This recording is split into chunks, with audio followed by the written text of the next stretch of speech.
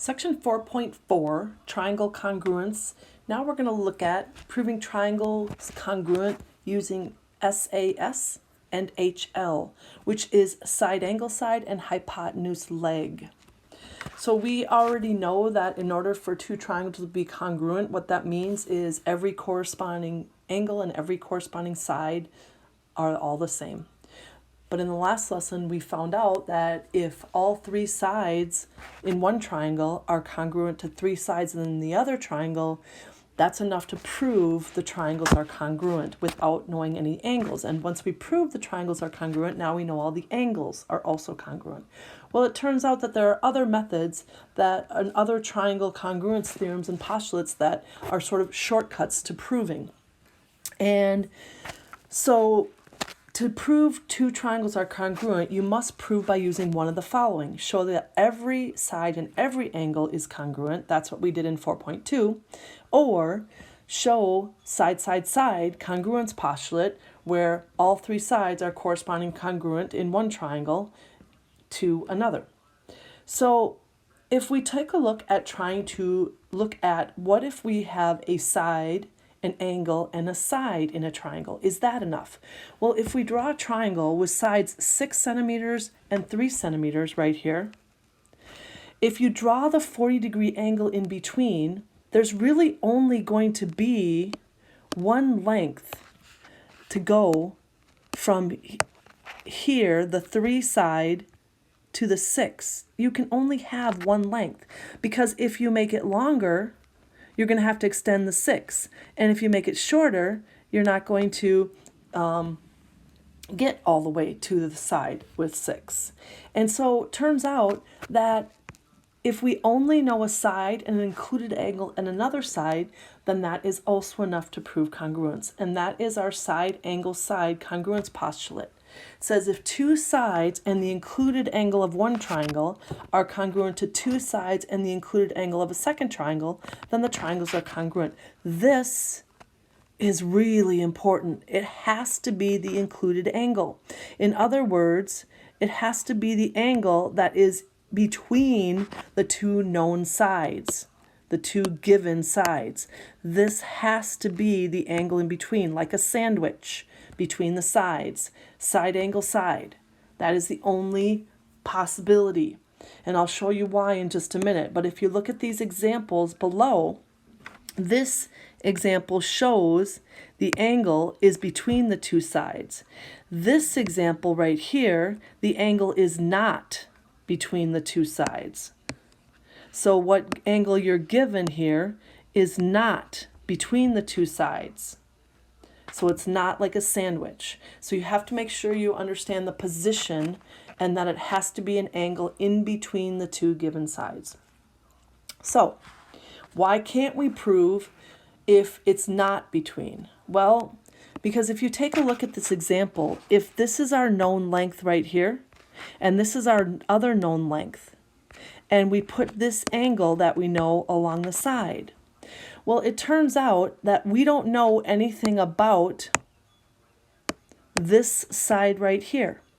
And so if it's shorter, this becomes an obtuse angle right here. But if this side is longer, then this becomes an acute angle. And so now these angles are not the same. And so these triangles would not be congruent, even though we do have sides that are the same. So in other words, even though we have this side is corresponding congruent and this side is corresponding congruent, and we have a congruent angle right here, these angles right here are not congruent, and also AC is definitely not the same. So side angle cannot be done, okay? And side angle side, yes, but not side angle. And one way that you can remember it that I try to teach my students is if you write side angle side backwards, it's still side angle side.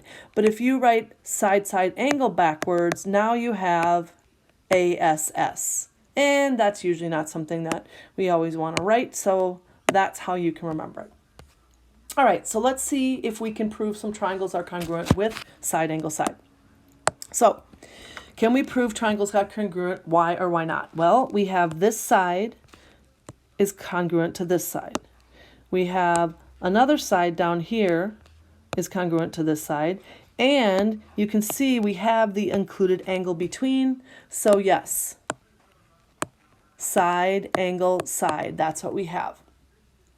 So now let's look at another example. Here we have this side is corresponding congruent here. We have another side that's corresponding incongruent right here. But notice the angle right here is not between the side. The angle would have to be between these sides, and it's not. So this is no. Because what we have here is we have a side, and an angle. So in order, side, side, angle. Side, side, side, angle. Side, side, angle we cannot do because remember, if you write it backwards, it's not good. So no. The angle is not in between the two sides.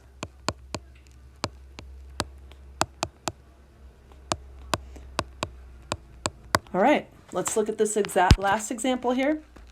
We have a side and a side. And then we have an angle right here and an angle. So we have side and an angle. And then we also remember have this reflexive side right here. So we have a side. So what we have is side, angle, side. Side, angle, side. So yes, side, angle, side. All right. So this kind of comes kind of as an extension of the side, angle, side. But what if you have a right triangle? Well, the hypotenuse leg theorem says that if the hypotenuse and a leg of a right triangle are congruent to the hypotenuse and a leg of the second right triangle, then the two triangles are congruent. And remember, in a right triangle, the hypotenuse is always directly across from the right angle, and the legs are adjacent to that right angle and next to it. So if we look at what we have, if you just look at these two triangles, we have side, side, angle, which we've said we can't use. But remember, this is a right triangle. So a squared plus b squared, we can actually get this other side using the Pythagorean theorem. So this is really just kind of like side, side, side, because we can get that other angle or the other side using the Pythagorean theorem. So in a right triangle, if you're just given two of the sides, you can always get the third, so you really just have side, side, side. So what you need to look for in hypotenuse leg is you need to make sure it's a right triangle, and you need to be given two sides, a hypotenuse and a leg. All right, so now can we prove these triangles are congruent? Again, we're kind of reasoning our way through this, just kind of more informally than a formal proof. Well, in this case, we have a right angle, so we have a right triangle. We are given the hypotenuse right here and the hypotenuse directly across, and we're actually also given this leg because it's reflexive. It's the same in each triangle, so we have hypotenuse leg. So yes, we can prove those triangles are congruent. How about this one? Well, again, I have a right triangle, but just because it's a right triangle doesn't mean it's automatically going to be, you're going to be able to prove it. So let's look at what we have. Well, I have this reflexive side right here that will be congruent to itself. So that is a leg of the triangle, but I do not have the hypotenuse. So no, not enough information. I would need something else to prove the triangles are congruent. And then finally, this last example. Again, I have a right triangle. And now I have a hypotenuse. Great. but I do not have any legs because those triangles are drawn outside of each other, even though they look the same, or you could measure and say they're the same. We don't measure. We go by the given information that we have. So let's get a little trickier. How about this? Can we prove these triangles are congruent? Well, I can see that I have this right angle in here, so I do have a right triangle. I do not have a hypotenuse given, but this length right here from the center to the edge is called a radius. So you have radii in these triangles, and all those radii will be the same length. So these are all the same. So what you have here is you actually have side, angle, side. Side, angle, side. So just because you have a right triangle does not automatically assume that you're going to be using hypotenuse leg. So yes, by side, angle, side, because of right triangles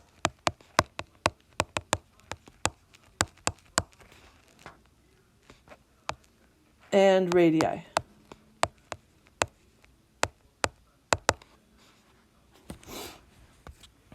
All right, so now this gets a little trickier here. Okay, again, this is our side angle side congruence postulate, where we are looking for that included angle down here between the two sides. So if we're given this diagram down below, can we prove the two triangles are congruent? We are trying to prove that triangle ABD is congruent to triangle CDB. So we're trying to prove those triangles are congruent with the given information. So let's see if we can. Well, I can see that we have a side already marked congruent. So this side is marked congruent to this side. I also see that I have this side right here is the same in each triangle. So we have another side. We do not have any angles marked. However, remember that you have this marking of parallel lines, and it is cut by this other side if we extend it, this transversal. So what we have is this angle right here and this angle right here are congruent because they are alternate interior angles. So you have side and you have angle, side, side, angle, side. So yes, by side, angle, side. Well, how would we write this? How could we convince someone? Well, this is where a formal proof comes in, and this is a 2-column formal proof that I'm going to do, which eventually you will get to. But a 2-column formal proof will eventually get there, but I'm just kind of giving you some preview. We've already reasoned our way through it, but how do we write it up if we can't just verbally explain it to someone? Well, we start by writing the given statements. We write that BC is parallel to DA. And we were told that we can see that from the marking, and that was one of our given statements. So we were also told that BC was congruent to DA. And that was also given. And oftentimes we put the given statements on one line for one statement and reason, but I chose to put it as 2. So then what we can do is this is our side that we were given was congruent. I'm just going to put a little S in there to kind of keep track. And the next thing I did was I showed you that angle ADB